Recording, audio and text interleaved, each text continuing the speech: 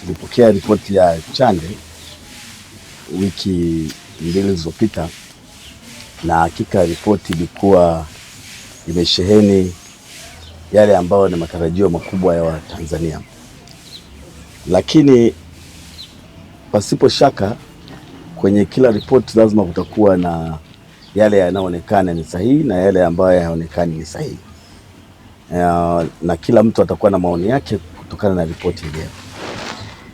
Nikiwa kama mwanachama wa Chama cha Mapinduzi na ambaye kimsingi lengo la mwenyekiti wetu wa chama Mama Samia Suluhu Hassan ilikuwa ni kutengeneza harmony kwa wananchi na kwa taifa kwa ujumla kwa yale yaliyotokea tarehe 29. Na ukiangalia ripoti yenyewe baada ya majumuisho yote, imeonekana kuna baadhi ya mambo ambayo yalitokea, aidha yalitokea yakiwa yanafahamika au yalitokea yakiwa hayafahamiki, lakini yameleta madhara makubwa kwa Watanzania. Na ripoti yenyewe imeelezea vizuri kwamba Watanzania 518 walipoteza dunia. Mazingira ya kupoteza dunia na utata wa kupoteza dunia pamoja na maandamano yenyewe na nguvu iliyotumika imeleta shauku kwa watu wengi, na watu wengi wanaihoji ripoti ya Chande kwa hisia kana kwamba ripoti yenyewe ililenga kuficha baadhi ya mambo, na hii imeonekana na jinsi gani wapinzani na vyama vya upinzani na chama cha vyama vya upinzani vimekuwa vikielezea kwamba ripoti hii imetia ukakasi au imetia doa kidogo. Nipende kusema jambo moja la muhimu ni kwamba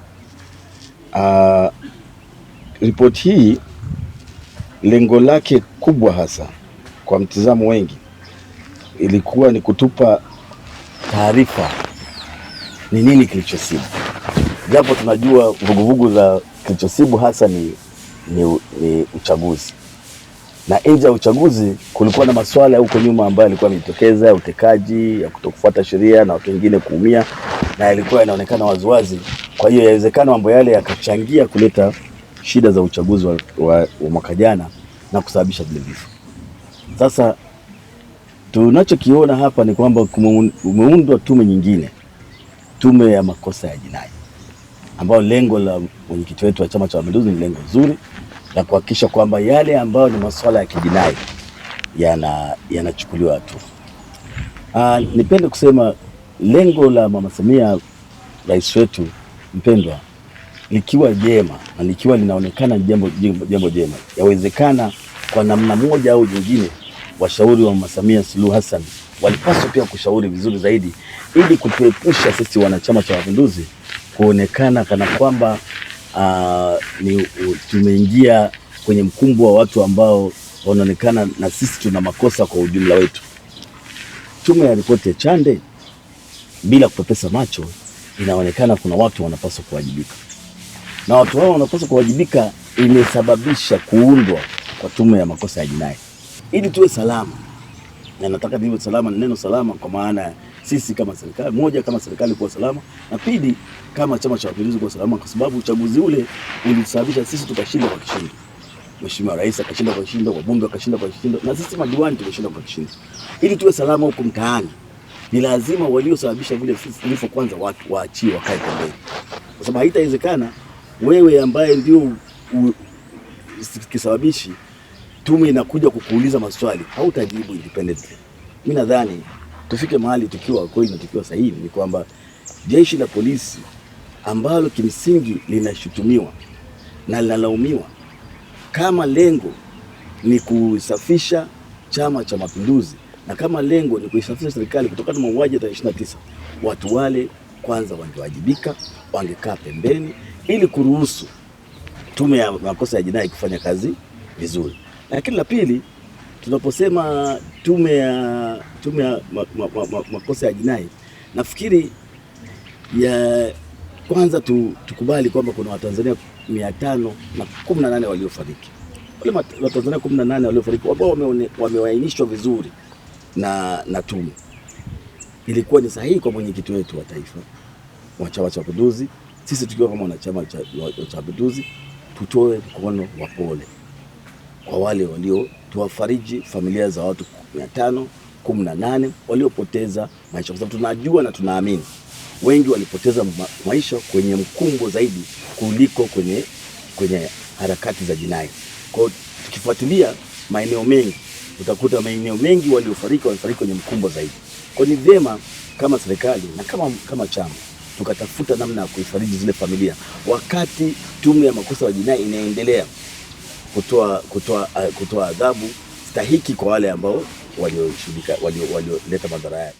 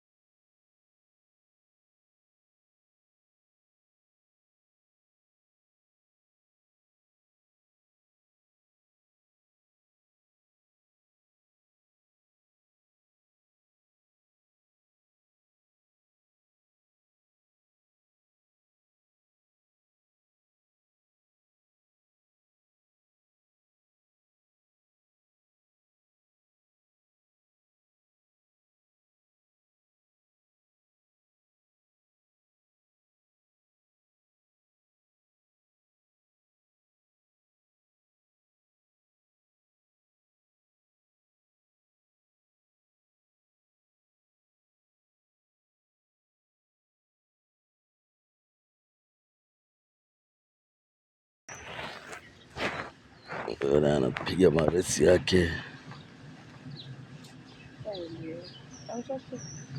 Huyo jamani lazima kidogo. Anatoka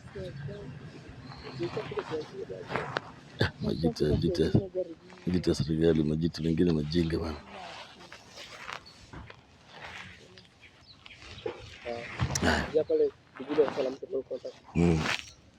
Lakini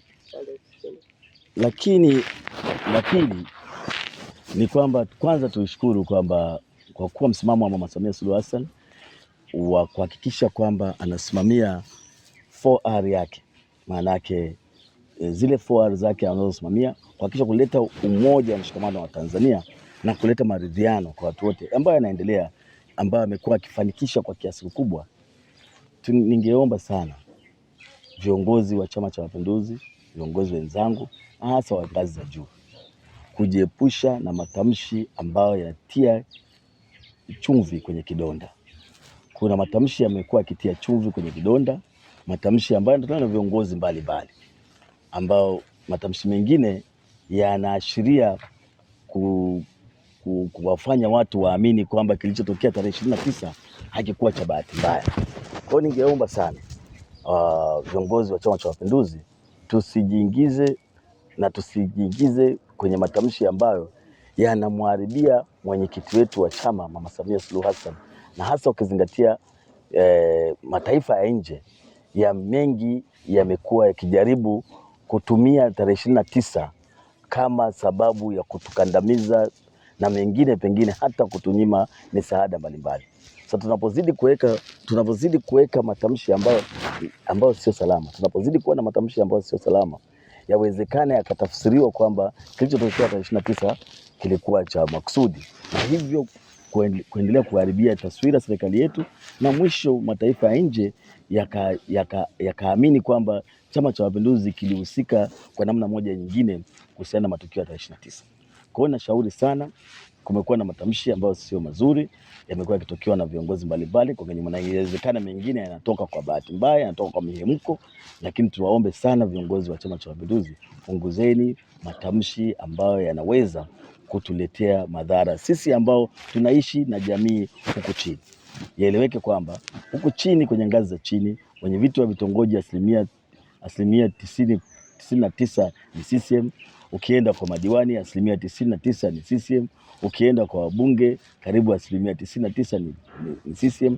Kwa hiyo taswira yote, chochote kinachoonekana kibaya ijulikane kwamba itasemekana ni CCM inafanya, na kwa bahati mbaya tunamchafua Mama Samia Suluhu Hassan ambaye kwa hakika anafanya kazi nzuri ambayo inaonekana, na amejitahidi kwa kadri ya uwezo wake kupokea miguu ya Mheshimiwa John Pombe Magufuli na kuweza kuifikisha hii taifa mahali ambapo tumefika. Na mwisho niseme tu kwamba kama taifa tunahitaji kwa ujumla kutafuta amani. Niwaombe sasa watu wote tutafute amani ya pamoja, kwa sababu nchi hii tunajenga pamoja, na hasa kwenye maeneo ambayo tunakinzana.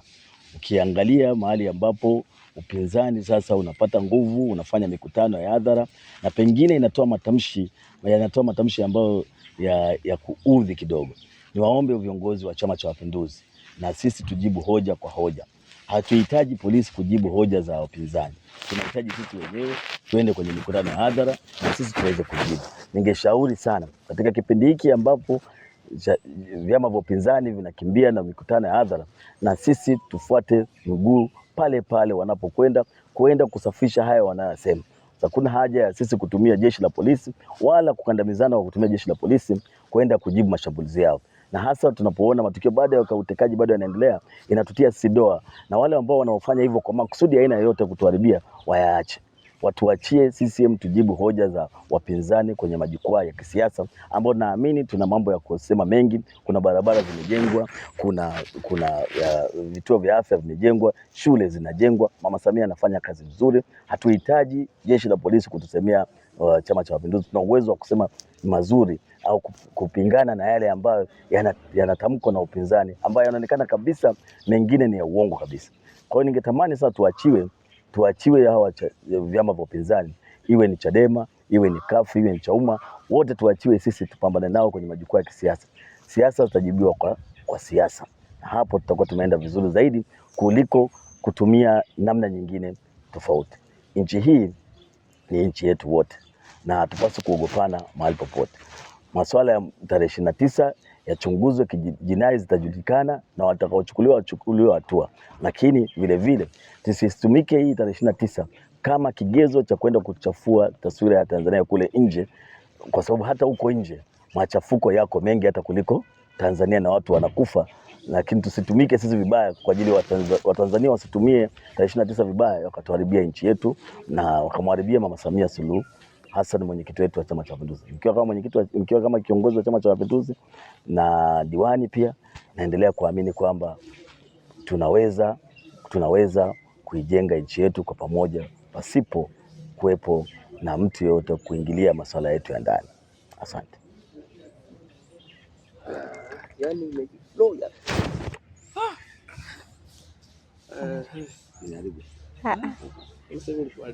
Hamna sehemu